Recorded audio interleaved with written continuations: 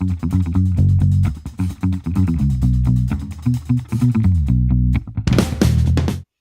on, meine Damen und Herren, der Börsenpodcast rund um das Thema Finanzen mit Markus Weingran und Andreas Lipko. Andreas, gibt wieder einiges zu besprechen. Eigentlich ist ja überhaupt kein Problem gelöst und in Italien sieht so aus, als wenn sich die konjunkturelle Lage immer weiter verschlechtert. Aber der DAX in dieser Woche von Jahreshoch zu Jahreshoch geeilt. Was denkst du, geht's so weiter? Sehen wir jetzt hier einen wirklich goldenen April, ein bisschen entspannen über die Osterfeiertage und dann weiter rauf? Ja, ich finde es auch interessant, Markus, du hast recht. Vor allen Dingen in Deutschland sind die Gewinnprognosen gekappt worden. Jetzt haben wir sozusagen den kräftigsten Staat in der Euro-Union, der sozusagen am Schwächeln ist und den mit einer der schwächsten Staaten, die am Schwächeln sind. Also von daher schon ein sehr interessantes Umfeld. Den Börsenteilnehmern scheint es egal zu sein. Vielleicht ist es aber auch so diese alte Börsenweisheit, wenn die Stimmung am schlechtesten ist, dann sind eben viele unterinvestiert oder beziehungsweise Europa war ja auch in den letzten Monaten gar nicht so auf der Agenda von vielen internationalen Investoren und die greifen ja zu, weil sie eben dann doch vorausschauen und sich sagen, okay, zum Jahresende vielleicht auch in 2020 wird die Situation besser, man weiß es nicht, aber zumindest scheint hier doch der Optimismus da zu sein. Ein bisschen verwundert bin ich auch, ich hätte gedacht, dass wir vielleicht vorher nochmal eine größere Korrektur sehen, aber na gut, der Markt hat eben immer recht. Genau, der Markt hat immer recht und jetzt gibt es auch noch eine interessante Studie dazu. Der S&P 500, der hat ja 13% im ersten Quartal gewonnen. Ne? Und es gibt die kanadische Bank, die Bank auf Montreal und die hat das sich ganz ein bisschen mal angeguckt und die hat gesagt, immer wenn der S&P 500 ein sehr gutes erstes Quartal hingelegt hat, dann gab es auch im weiteren Verlauf des Jahres ein gutes Börsenjahr. Das hat nämlich in 11 von 12 Fällen, wo die das untersucht haben, seit 1935 hat das immer geklappt. Also die Aussichten sind jetzt gar nicht mal so schlecht. Und wenn man jetzt in die USA guckt weiterhin, dann ist auch da die Quartalsberichtssaison ein bisschen besser oder schon um einiges besser als das, was man hierzulande gesehen hat. Aber man muss sagen, die Banken haben ganz gut hingelegt. Goldman Sachs, sprechen wir später drüber, ist eine Zuschauerfrage zugekommen. Aber trotzdem, der Eindruck, wenn man so auf die Quartalsberichtssaison guckt, in den USA läuft es weiterhin eher rund, oder? Ja, nee, sehe ich genauso, Markus, da hast du vollkommen recht. Ich bin ja auch überrascht gewesen. Also ich war schon optimistisch für die US-Banken, weil ich mir schon so ein bisschen denken konnte, dass hier so der Drive und die Dynamik aus den letzten Quartalen eben noch mit rüber gerettet werden konnte. Aber wir haben hier wirklich fantastische Zahlen gesehen. Wir gehen ja, wie du sagst, nachher nochmal auf einzelne größere Institute ein. Insgesamt kann sich aber eigentlich das Gros sehen lassen. Selbst wenn die Zahlen ein bisschen schwächer waren, waren sie doch eigentlich immer noch besser, wenn man zum Beispiel die beiden deutschen Konkurrenten sieht. Die sind ja wirklich sehr stark abgeschlagen. Also die amerikanische Konkurrenz ist hier wirklich dominant und international stehen die wirklich sehr, sehr gut. Da kann man sagen, im Endeffekt scheint dann eben die amerikanische Politik und die Notenbank hier alles richtig gemacht zu haben, wenn man es so nehmen kann. Muss natürlich schauen, was in der Zukunft da sich vielleicht wieder an neuen Risiken anbahnt oder was eben da teilweise auch noch in den Büchern steht. Aber wir sind jetzt mal nicht so pessimistisch, sondern gucken mal ein bisschen optimistisch in der Zukunft. Und auch die anderen Zahlen, die man eben aus den anderen Branchen nur sieht, sind eigentlich auch gar nicht so schlecht. Du hast schon recht. Ich glaube, dass hier vielleicht die Korrektur, die wir zum Jahresende gesehen haben, wo man hier wirklich sehr, sehr pessimistisch war und vorsichtig war, dass die überzogen war, dass man hier sehr, sehr viele Marktteilnehmer rausgekegelt hat, die jetzt dann den Kursen hinterherlaufen. Ja, ist ja immer schlecht, ne? Da heißt ja, gibt's ja diesen schönen Costolani-Spruch, ne? Die nächste Straßenbahn kommt immer. Warum sollte man den Aktien dann auch immer wieder hinterherlaufen? Aber du sagst schon, Berichtssaison echt gut angelaufen. Und wenn man da auf die Banken guckt, muss man ja auch sagen, ne, da gibt es ja Banken, die machen im Jahr mehr Gewinn, als die Deutsche Bank oder die Commerzbank an Wert sind, höher als die Marktkapitalisierung. Da sieht man so ein bisschen die Unterschiede, wie es in den USA läuft und wie es hier in Deutschland läuft. Dann haben wir noch natürlich das wunderschöne Thema Brexit. Aktuell spricht überhaupt keiner mehr davon. Ne? Die haben ihre Verschiebung und die stimmen auch nicht mehr ab. Ich habe jetzt gefragt, ob die irgendwie verstorben sind oder habe ich mich gefragt, weil man liest nichts mehr, man hört nichts mehr und die haben jetzt ihre Verschiebung und jetzt geht es dann erst wieder in der Woche, bevor vom Ende Mai dann wieder los, wenn sie anfangen abzustimmen oder so. Ich finde das bedenklich, dass es da so ruhig ist. Wie siehst du es? Ja, nee, 100%. Vor allen Dingen fand ich es auch spannend, dass man jetzt gar nicht mehr das Limit Juni genommen hat, sondern man hat ja gleich in den Oktober rein verschoben. Also im Endeffekt ist man gar nicht mehr in die Verhandlungen und sagt, okay, wir machen halt die Europawahl mit und wollen dann sozusagen geordneten Ausstieg. Nein, man hat jetzt gesagt, wir schieben einfach noch länger in den Oktober rein. Und mir kommt das so ein bisschen vor, als wenn man jetzt einfach so versucht, so ein bisschen Gras über die Sache wachsen zu lassen und einfach das Thema gar nicht mehr anpacken möchte. Vielleicht ist man einfach auch damit besser bedient, dass man sagt, wir machen keinen Exit vom Brexit, wir machen kein zweites Referendum oder Neuwahlen, gar nichts, auch wir lassen es einfach so laufen. Business as usual, wie die Engländer ja so schön sagen, oder die Amerikaner, und demzufolge, ja, werden wir vielleicht dieses Thema gar nicht mehr auf der Agenda bekommen. Das kann natürlich auch eine Möglichkeit sein, die wir ja weiter auch gar nicht bedacht haben. Man kennt das ja von Dinner for One, ne? The same procedure than last year, the same procedure than every year. Jay. Also, ja, vielleicht verschieben die auch bis Ultimo, was? Kann ja sein, ne? Die EU spielt mit. Wir verschieben. Jedenfalls, es belastet die Märkte nicht, es hat die Märkte noch nicht belastet. Der April ist eigentlich der beste Börsenmonat des Jahres, rein statistisch gesehen. Denkst du, dass er diese Hürde oder diese Krone sich auch dieses Jahr noch aufsetzen kann? Ich denke schon. Vor allen Dingen interessant wird ja dann doch der Mai, ne? Also wir sind ja jetzt schon relativ also gut Mitte des Monats oder gut, wir haben jetzt die Mitte des Monats im April schon überschritten. Jetzt kommen wir so langsam im Mai, da kommt ja Sell in May and Go Away. Also das wird schon sehr, sehr spannend, ob wir wirklich so ein klassisches Börsenjahr sehen. Du hast ja auch bereits am Anfang die Studie von der Bank of Montreal genannt. Ob wir hier wirklich so ein klassisches Bullenjahr sehen, wo man ja auch mal wieder in den Sommermonaten eher so eine Konsolidierung sieht, oder ob wir hier auch wieder so ein Ausnahmejahr haben, wo es dann eben wirklich straight nach vorne geht, wo hier wirklich durchgezogen wird, über die Quartale hinweg. Ich bin da noch weit, also ich muss sagen, ein bisschen skeptisch schon zum Jahresende, denke ich, dass wir höher stehen werden, aber ich glaube nicht, dass wir in einer Linie nach oben laufen. Ich finde es alles ein bisschen, sag ich mal, spooky, wenn ich es mal so formulieren kann, weil klar, wir haben gute Unternehmenszahlen, aber ob die wirklich diese Börsenrallye in der Form so untermauern können, das würde ich jetzt nochmal bezweifeln. Erste Quartal ist ja auch immer ein schön klassisches, ich nenne es jetzt mal so ein Frisierquartal. Unternehmen haben sehr, sehr viele Möglichkeiten, hier noch die eine oder andere Zahl in der Bilanz zurechtzurücken, weil man ja dann noch 9 Monate Zeit hat, um die dann wieder entsprechend in die dann vorgeschriebenen Bahnen zu lenken. Der Jahresbericht ist ja im Endeffekt genau dann immer auch ein Stück weit genau der Punkt, wo man als Unternehmer keine Möglichkeit mehr groß hat, hier wirklich rumzuschummeln und rumzuschmuhen, sondern hier muss man dann eben die Karten auf den Tisch legen. Erste Quartal kann man immer noch so ein bisschen ein paar Rücklagen auflösen bzw. bilden und so weiter. Also man kann ja einige bilanztechnische Tricks machen und deswegen bin ich da noch ein bisschen skeptisch, aber wir werden es ja sehen, wie sich das Jahr entwickelt. Ich glaube, der Mai wird nochmal sehr, sehr interessant werden. Ja, denke ich auch. Also es gibt ja auch schon mal einige kritische Stimmen, die jetzt gesagt haben, das letzte Quartal, wo die US-Banken so glänzen. Muss man jetzt mal abwarten. Wir haben natürlich noch in der Hinterhand, dass sich der Zollstreit ein bisschen auflösen könnte. Hier gibt es ja auch Neuigkeiten. Ende Mai, Anfang Juni es soll ja jetzt dann das Treffen der beiden Staatsoberhäupter stattfinden. Das heißt also, man ist auf einem ganz guten Weg, aber davon ist ja natürlich auch ein ganz guter Teil schon im Markt eingepreist. Aber wenn man so ein bisschen auf die Makrodaten guckt, da muss man auch sagen, die Rezessionsängste, die verschwinden wieder so ein bisschen, außer in Italien, aber die klammern wir mal aus. Aber ansonsten hält es sich doch ein bisschen auf. Wir haben Wachstumsdaten jetzt aus China gesehen, die wieder ein bisschen besser wurden. Und wenn man dann jetzt guckt, vielleicht, wenn sich der Handelsstreit auflöst, dann könnten auch die Rezessionsängste so ein bisschen von der Bildfläche verschwinden. Gestern Abend gab es ja auch noch das Beigebook und die sind ja auch wieder ein bisschen optimistischer geworden, die amerikanischen Währungshüter. Also unterm Strich ist die Stimmung wieder ein bisschen besser geworden, aber ob sie tatsächlich so gut sein sollte, wie sie aktuell ist, das wage ich auch so ein bisschen zu bezweifeln. Also man sollte jetzt nicht hurra in den Markt reinstürmen, sondern doch wirklich mit Vorsicht hier ganz genau gucken, was man sich jetzt ins Depot holt. Und da könnte unser Teil 2 weiterhelfen. Da gucken wir ja auf einzelne Aktien, die uns Zuschauer zugeschickt haben, beziehungsweise die Frage dazu. Da kommen wir jetzt zu. Und los geht's in unserem Teil 2 natürlich mit den amerikanischen Banken. Eine wurde herausgepickt, Goldman Sachs. Die haben die Zahlen nämlich enttäuscht. Die fallen so ein bisschen aus der Reihe raus. Brauchen die einen Konzernumbau, Andreas? Ja, Markus, ich denke, zumindest hat der Goldman Sachs schon bekannt gegeben, dass man sich hier stärker auf die Millennials stürzen will, dass man hier eben eine interessante neue Kundengruppe sieht.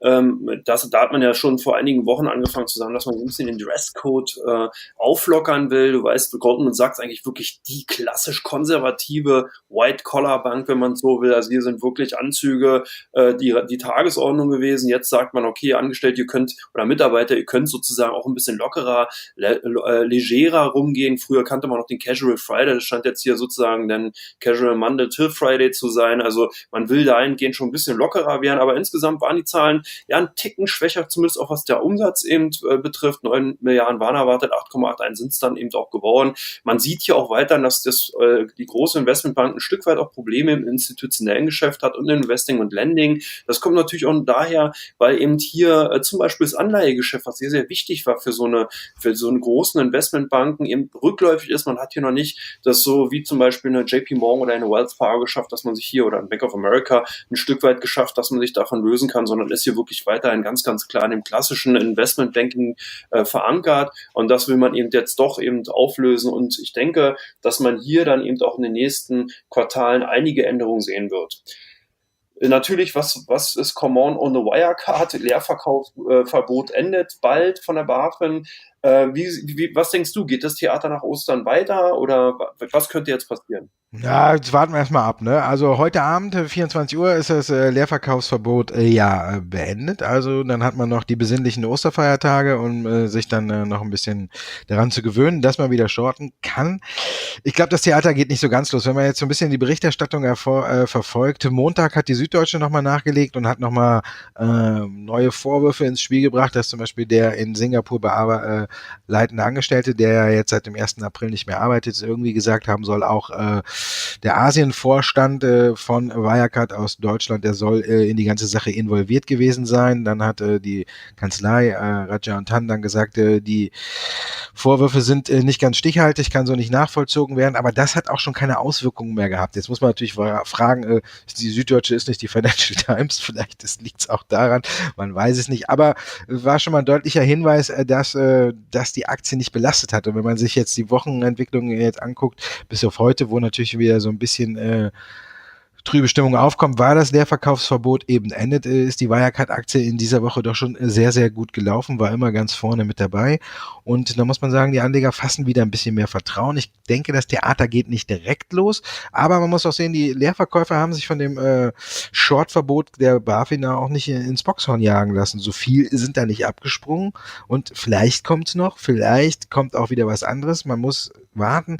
Ich sehe das Ganze immer noch unterm Strich so ein bisschen kritisch, weil für mich Wirecard immer noch keine 100%ige Transparenz geschaffen hat.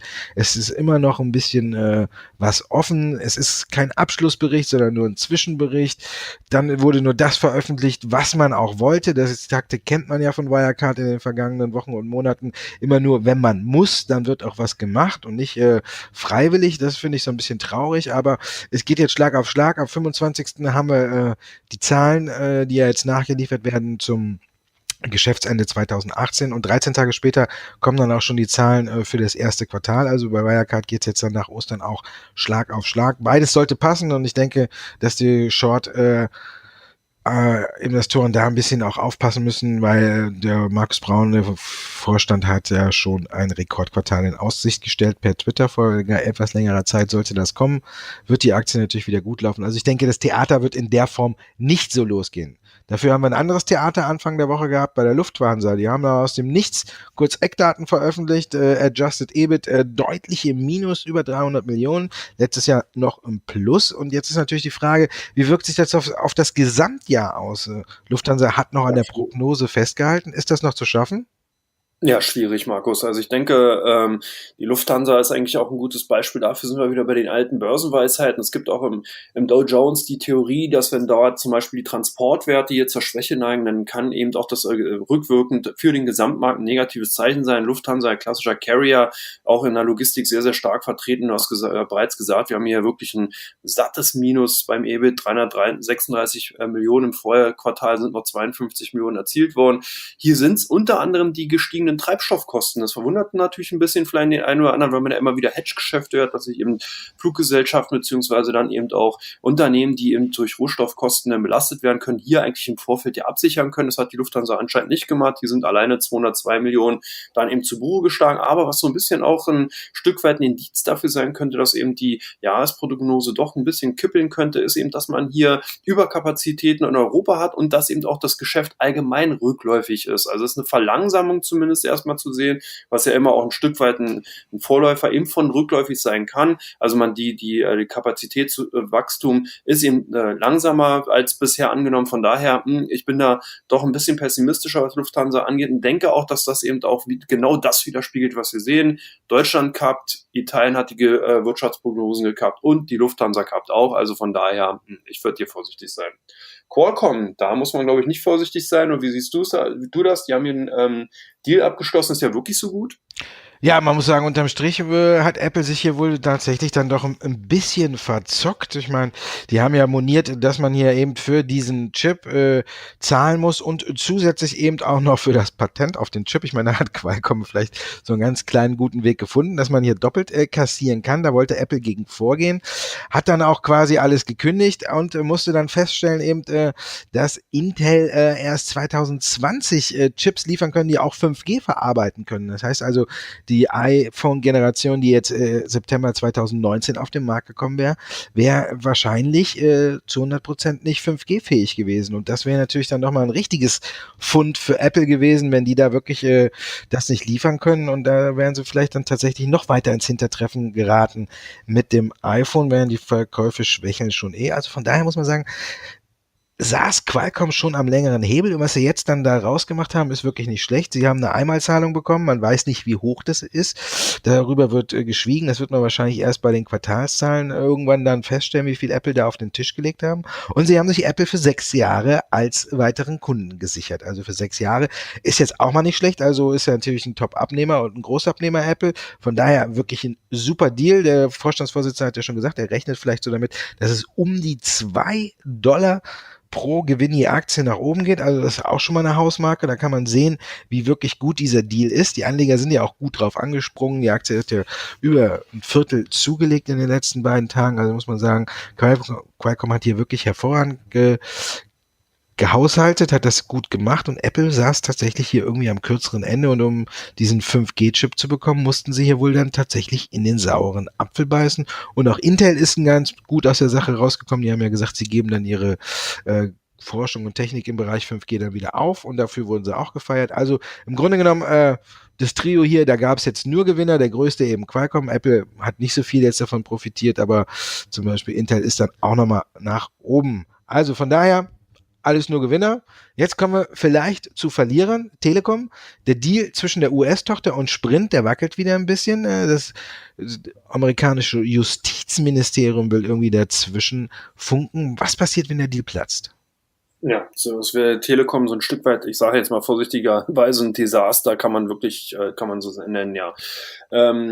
T-Mobile oder T-Mobile USA ist ja für die Telekom immer so ein Stück weit ein Sorgenkind gewesen, hat es in den letzten Jahren doch geschafft, eben durch radikale Maßnahmen hier eine gute Position zu machen, ist dann ja eben auch zu einer Cash-Cow geworden, aber das Problem ist in den USA, der Mobilfunksektor bzw. Mobilfunkmarkt, sehr, sehr schwieriger Markt, dominiert durch große Player, große Konkurrenten, die viel Geld in die Hand nehmen, viel Marketing betreiben und auch immer wieder auch mal an den Margen schrauben. Und da hat man eben gedacht, okay, wenn man mit Sprint zusammengeht, dann könnte man hier ein schönes Gleichgewicht beziehungsweise eben eine gute Konkurrenz schaffen. Sollte dieser Deal jetzt wackeln, dann stehen beide Unternehmen wieder sozusagen allein im Feuer. Ich glaube, dass es für Sprint sogar ein Stück weit schwieriger ist als für T-Mobile USA, aber es würde für die Deutsche Telekom wieder ein neues Problem bedeuten, weil man dann eben hier wieder voll im Feuer im Endeffekt steht, weil man hier eben keine signifikante Größe aufwiegen kann und demzufolge das dann eben wirklich ein Rückschritt ist. Vielleicht kurz formuliert könnte man sagen, Telekom wäre dann zurück auf Start, zumindest was das US-Geschäft im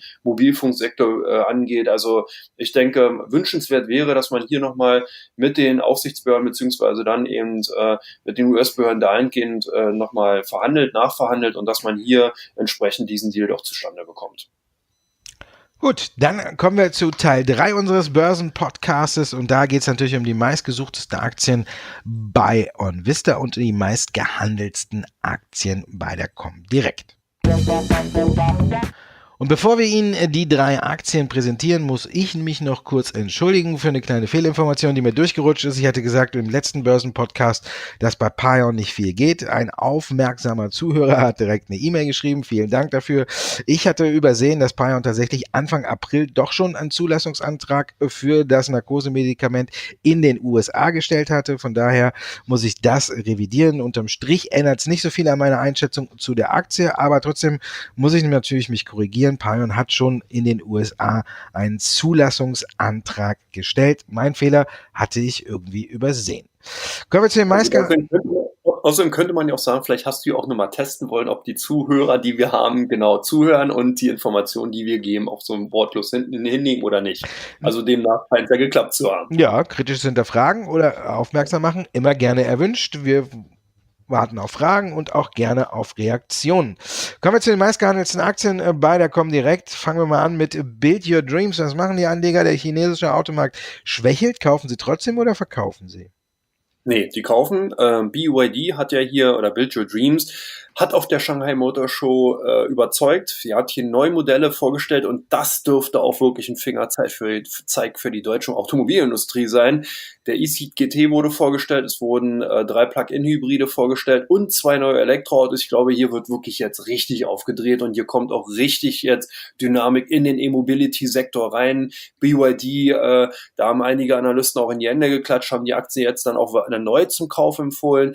Zusätzlich hat die chinesische Regierung da erneut drüber nachgedacht, das Subventionsprogramme für die Elektroautos doch wieder in Augenschein zu nehmen, doch wieder auf die Agenda zu nehmen und zu lancieren. Man hatte hier ja im Vorfeld dann erstmal die Subvention zurückgenommen, jetzt will man sie doch wieder geben. Also von daher für BYD ist es auf jeden Fall gut. Aktionäre freuen sich, unsere Anleger kaufen.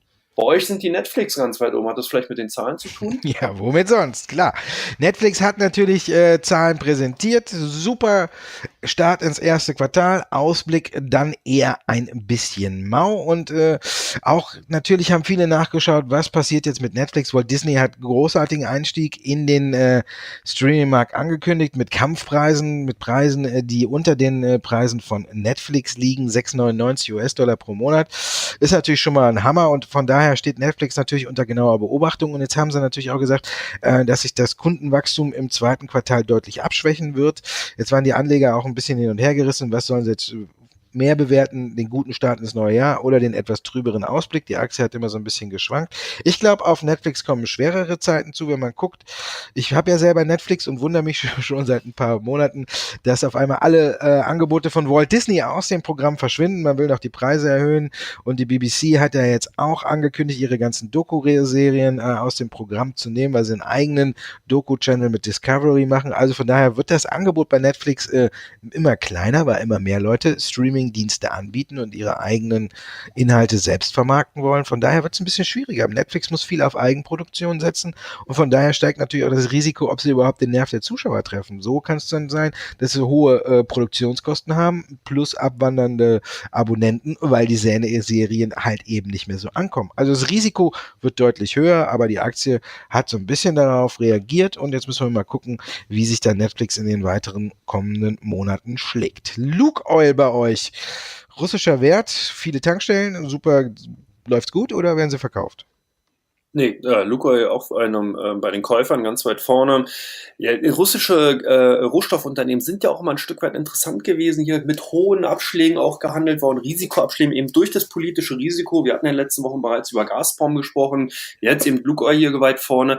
Hat natürlich ein Stück weit damit zu tun, des einen Leid des anderen freut. Heißt, Lufthansa muss für Kerosin und Spritkosten bezahlen, davon profitieren natürlich dann eben auch die Erdölkonzerne, sprich nicht direkt jetzt Lukoil, aber wenn dann eben die Werte oder die Aktien von eben den westlichen Rohstoffkonzernen steigen, Erdölkonzernen, dann gucken natürlich Anleger weiter, ein Stück weit auch richtig gegen Osten und sagen sich, okay, welche Unternehmen kann man da vielleicht noch kaufen? Dann kommt natürlich eine Lukoil absolut in den Fokus, dann gewichtet man auch neu, guckt sich die Risikoabschläge an und sieht dann vielleicht, dass die ein Stück weit auch zu hoch sein könnten. Lukoil traditionell günstig bewertet, unsere Anleger haben ihm zugegriffen und das zeigt sich dann eben auch in den Aktienkursen und natürlich auch in den Handelsaktivitäten bei uns bei der Comdirect. Senvion wieder dabei. Hatten wir in der letzten Woche, hochspekulativer Wert. Was ist da passiert? Ja, alle, die gezockt haben, dürften sich dann heute freuen. Ne? Es gab gestern Abend die Nachricht, dass Samuel möchte sich ja in Eigenregie in der Insolvenz quasi wieder gesunden. Und da gab es jetzt die Nachricht, dass ein Kredit über 100 Millionen Euro genehmigt wurde von den Kreditgebern. Also es gibt nochmal frisches Kapital. Samuel kann also weitermachen. Insolvenz damit ein Stück weit abgewertet oder abgewendet, so muss man sagen. Damit ist natürlich bei den Anlegern was durchgegangen, als ich gestern Abend die Nachricht gelesen habe und dann habe ich mal kurz auf TradeGate geguckt, da stand die Aktie auf einmal 124% höher, heute über 40%, also muss sagen, wer gezockt hat, hat gewonnen, aber ich meine, Senvion ist noch nicht über den Berg, kann auch wieder zurückgehen, also man muss hier immer noch vorsichtig sein, bleibt nach wie vor eine Aktie, die für Anleger mit schwachen Nerven überhaupt nicht geeignet ist. Kommen wir zu JP Morgan, auch da waren die Zahlen nicht ganz so überzeugend. Naja, zumindest waren in vielen Bereichen waren die Zahlen doch ganz gut. Also zumindest haben mir am letzten Freitag viele Analysten dann doch in die Hände geklatscht. Und du hast ja auch bereits vorhin schon gesagt, man muss sich mal vorstellen, das Unternehmen hat allein in den ersten 3 Monaten dieses Jahres 9 Milliarden US-Dollar erzielt. Das ist schon ein ordentlicher Schuh. Sollte das in dieser Taktfrequenz weiterlaufen, dann hat man hier wirklich ein Dickschiff und JP Morgan zeigt sich sozusagen auch mal wieder, dass im Endeffekt das hier doch die wichtigste und größte Bank in den USA mit ist und dass man hier wirklich dann alles soweit richtig gemacht hat, dass man hier aus der Vergangenheit gelernt hat und dass man eben auch diesen Fokus auf das Retail-Geschäft im Endeffekt genau richtig gelegt hat, dass man hier das Kreditgeschäft weiter ausgebaut hat. Also auf jeden Fall sind die Zahlen, konnten viele Analysten überzeugen. Ich denke, dass da natürlich auch Gewinnmitnahmen eingesetzt haben und demzufolge die Aktien dann zumindest bei uns hier mit bei den meistgehandelten Aktien sind genau sagen, ob die jetzt gekauft oder verkauft wurden, kann man nicht, aber Handelsvolumen war relativ hoch. Handelsvolumen war auch relativ hoch bei den Zalando-Aktien. Was könnte dahinter stehen oder beziehungsweise was steckte denn dahinter?